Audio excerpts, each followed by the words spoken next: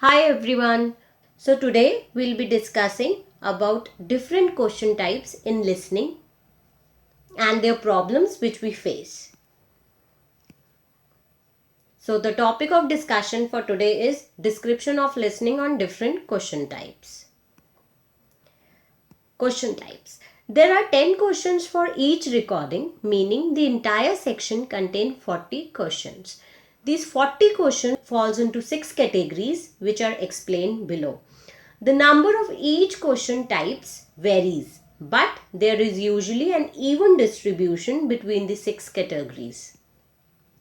Multiple choice. The questions will you get in listening can be multiple choice, MCQs. Matching, that's match the following. Map, plan, diagram labeling, you have to label the diagram. That can be in the form of table or a form filling or note or a summary that you have to complete or a flowchart completion.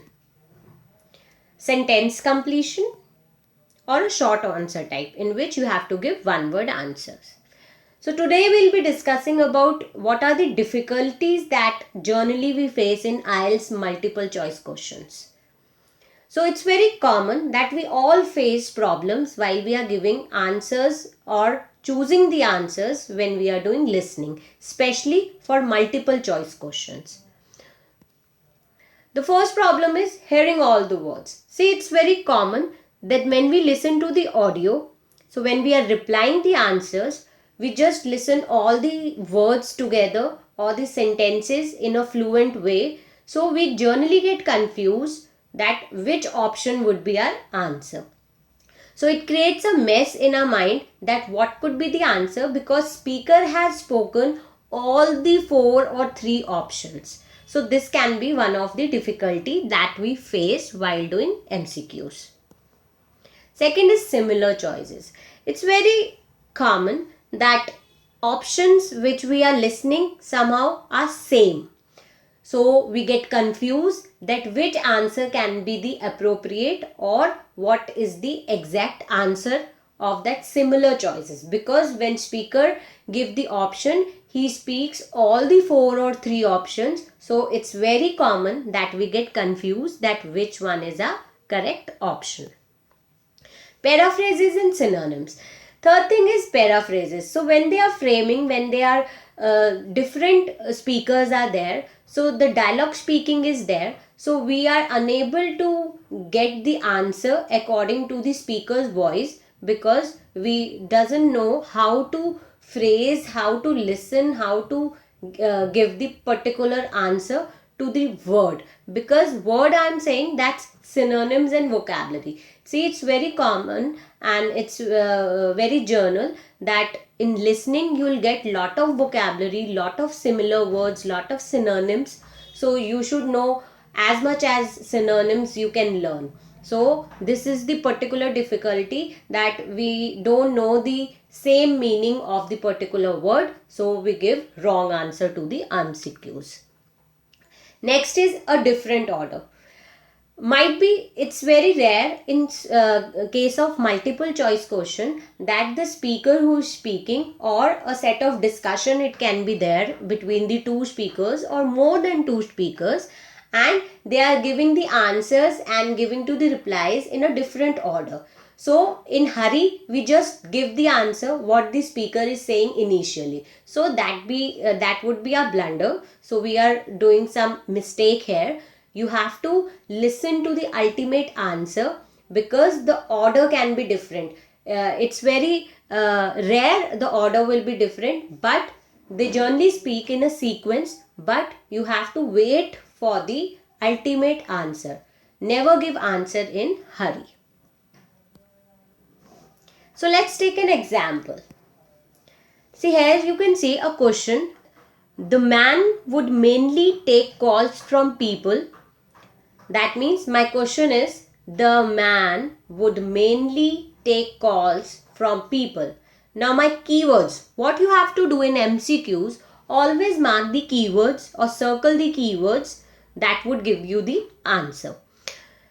Now the 3 choices are there. You can see the 3 choices in front of you. Who want information about their credit cards, or whose credit cards are stolen, or whose credit cards are lost.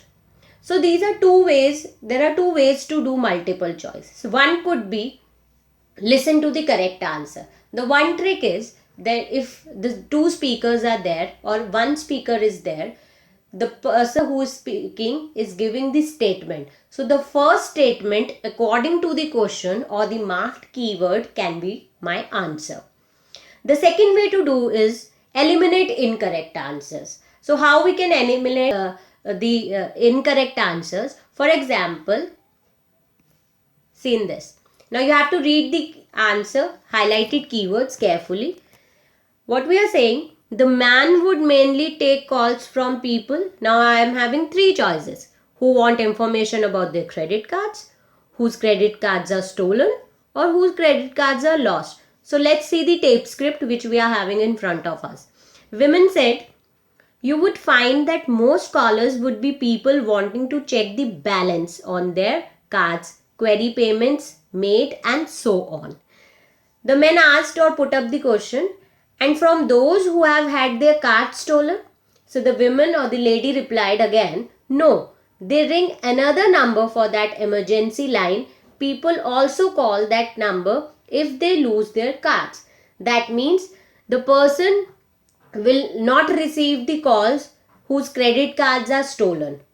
Even the lady added in the information that people also call that number if they lose their card. That means whose credit cards are lost. That means C is not the answer.